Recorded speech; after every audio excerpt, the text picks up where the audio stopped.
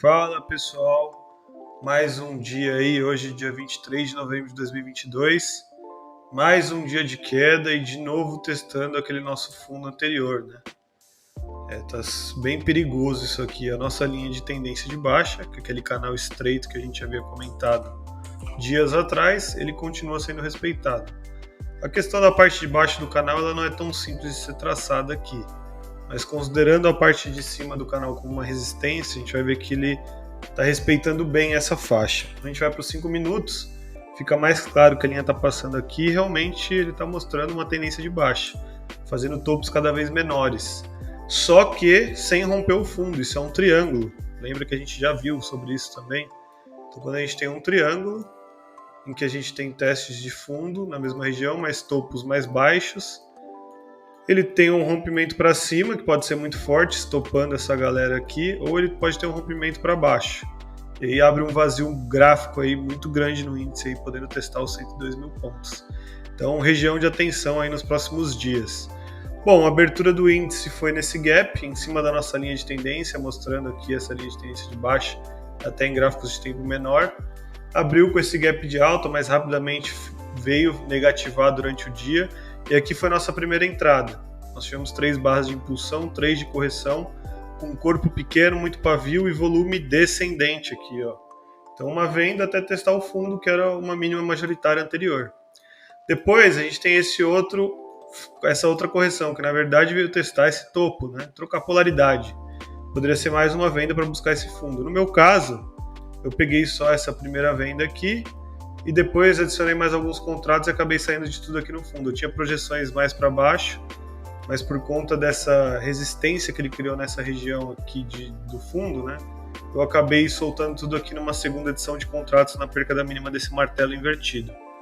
Depois ele trabalhou num canalzinho de alta, estreito, ou seja, amplitudes pequenas de topos e fundos, até o momento que ele perde essa região, faz um pullback e vem testar o fundo de novo, que seria uma outra venda muito linda, visto que ele teve uma impulsão de 5 barras, correção de 3 barras, com pouco volume, respeitando a retração de 6,8, e aí veio fazer mais um teste no fundo. Aqui, cara, se você fez uma venda aqui nessa região na perca da mínima, com stop nessa máxima, é sempre ideal que você saia pelo menos de uma parcial nesse fundo e proteja no 0 a 0. Porque quando a gente pega a probabilidade dele romper esse fundo, visto que ele tocou 1, 2, 3 e essa é a 4ª vez, é 25% de chance dele romper isso aqui. Ele não rompeu. Então agora pela 5ª vez ele está tocando essa região, ou seja, você tem 20% de romper, visto que as outras 4 não romperam. Então a gente sempre quer estar do lado da estatística.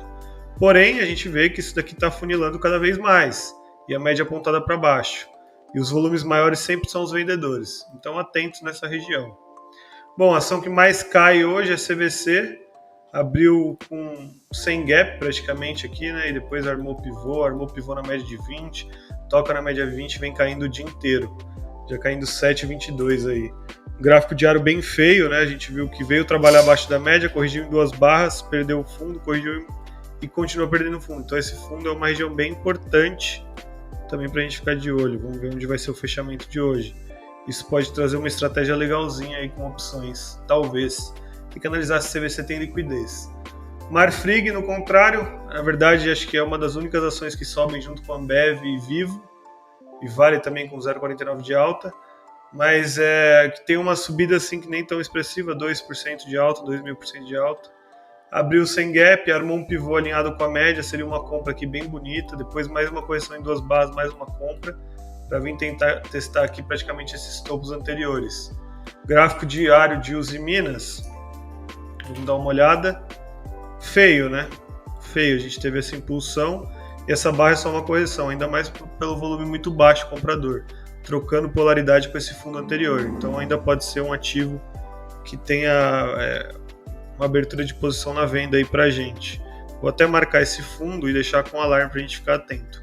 Bom, no mais é isso, amanhã tem mais análise, fiquem atentos com as novidades, estudos, dicas, compartilhem com seus amigos, anotem as coisas.